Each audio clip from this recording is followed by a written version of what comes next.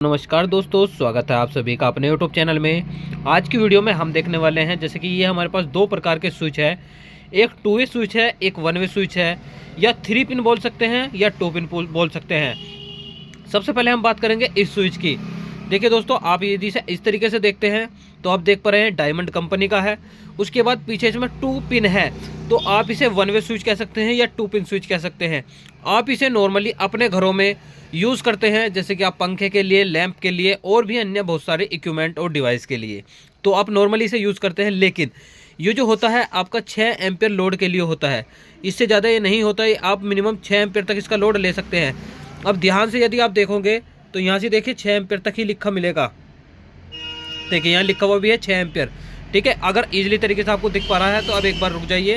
ये रहा, यहाँ से 6 एम्पियर लिखा हुआ है, इसमें साफ नहीं आ रहा, तो ये 6 एम्पियर तक का ही आप इसमें लोड ले पाओगे। इससे ज़्यादा अगर इसे लगाते हो तो ये ख़राब हो जाएगी। उसके बाद बात करते हैं दूसरा, ये भी 6 एम्पियर में है, लेकिन ये आपका कैसा है, ये आपका 3 पिन 2 वे स्विच है। 2 वे स्विच आप जिसको नॉर्मली चटकनी बोलते हो, ये इसे हम स्विच बोलते हैं टेक्निकली भाषा में। तो ये कैसा है, 3 पिन 2 वे। 2 वे क्यों बोलते हैं, क्योंकि इसके दो रास्ते होते हैं। कैसे, आपने मेन सप्लाई यहाँ जोड़ी बीच वाले में, और एक इसमें मेन सप्लाई जोड़ी बीच वाले में। यदि आप कोई चीज़ चलाना चाहते हैं तो आप उसको यहाँ से कनेक्ट करोगे, ठीक है, और इसमें आप यहाँ कनेक्ट करोगे या यहाँ कनेक्ट करोगे। लेकिन इससे आप एक साथ दो चीज़ चला सकते हैं। जैसे कि आप मान लो रही को आप 2 डायरेक्शन में चलाते हैं, क्लॉकवाइज और एंटी क्लॉकवाइज, तो आप इसके माध्यम से चला सकते हैं। आप इस साइड भी कनेक्शन कर सकते हैं और इस साइड भी, लेकिन उसके लिए आपको कैपेसिटर रन मोटर की आवश्यकता होगी। आपने मेन वायर यहाँ कनेक्ट कर दिया, आप मेन वायर को डायरेक्ट कर सकते हैं और दूसरा यहाँ से कनेक्ट कर सकते हैं। मतलब जो सप्लाई है, मेन सप्लाई बिजली वाली यहाँ कर दी। उसके बाद आप रिवर्स वायर जो कैपेसिटर के कनेक्शन है, एक इधर कर दोगे और एक इधर कर दोगे। उसके बाद आप पाओगे कि बिल्कुल बढ़िया तरीके से काम करेगा। दूसरा, आप इसका उपयोग कहाँ कर सकते हो, एक उपयोग आप इसका कर सकते हो अपने, आपका कोई एक बोर्ड है, आप चाहते हो उस पूरे कंप्लीट बोर्ड को इन्वर्टर से चलाना है या बिजली से चलाना, ठीक है।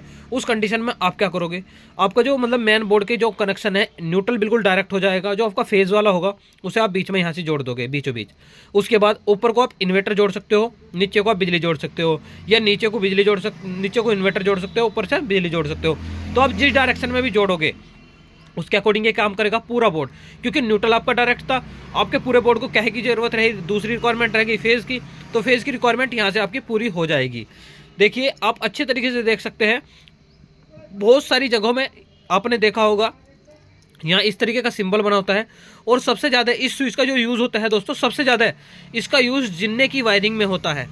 आप और अपना जो डिजिटल वाला पोर्शन होता है, आप जो गेट्स बनाओगे वो भी इसी के माध्यम से बनाओगे। जो आप गेट्स बनाते हो, आप डिजिटल गेट्स बनाओगे, उसमें जो गेट्स के जो कनेक्शन होंगे, इलेक्ट्रिकल सर्किट डायग्राम जो बनेगा वो इसी वाले स्विच से बनेगा, ना कि इस वाले से।